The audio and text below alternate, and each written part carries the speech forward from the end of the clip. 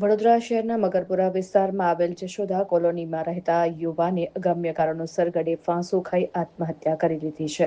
યુવકની ઉંમર 17 વર્ષ અને તે 11મું ધોરણ પાસ કરી 12મા ધોરણમાં પ્રવેશ્યો હતો.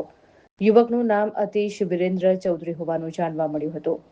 યુવક ઘરમાં ઉપરની રૂમમાં એકલો હતો અને તેના કાકા ઘરે આવ્યા ત્યારે તેમણે જોયું કે તેમનો ભત્રીજો ગળે ફાંસો ખાઈ લટકેલી હાલતમાં હતો અને તેમને બૂમાબૂમ કરતા આસપાસના લોકો એકત્રિત થઈ ગયા હતા.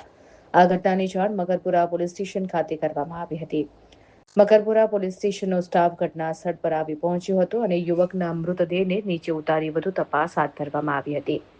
યુવકના મૃતદેહને પોસ્ટમોર્ટમ માટે હોસ્પિટલ ખાતે મોકલવાની તજવીજ હાથ ધરવામાં આવી હતી.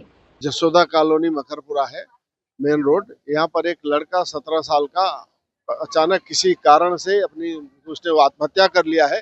ओढ़नी से मकान के पाइप में बांधकर लटक के मर गया है। लड़का पढ़ता था, 11 पास करके 12वीं में जाने की तैयारी कर रहा था और ये अपना ट्यूशन भी जा रहा था, ट्यूशन की तैयारी कर रहा था।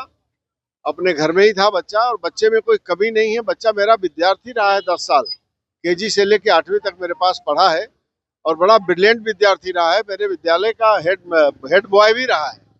ये बच्चों के अंदर जो मोबाइल देखने की जो आदत पड़ गई है, मोबाइल से बच्चों में जो आवेश पैदा हो गया है, उसी वजह से सब बनाव बन रहा है। इसलिए छोटे बच्चों को बने उतना मोबाइल से दूर रखने की जरूरत है। मैं कन्हैयालाल पांडे, स्कूल संचालक।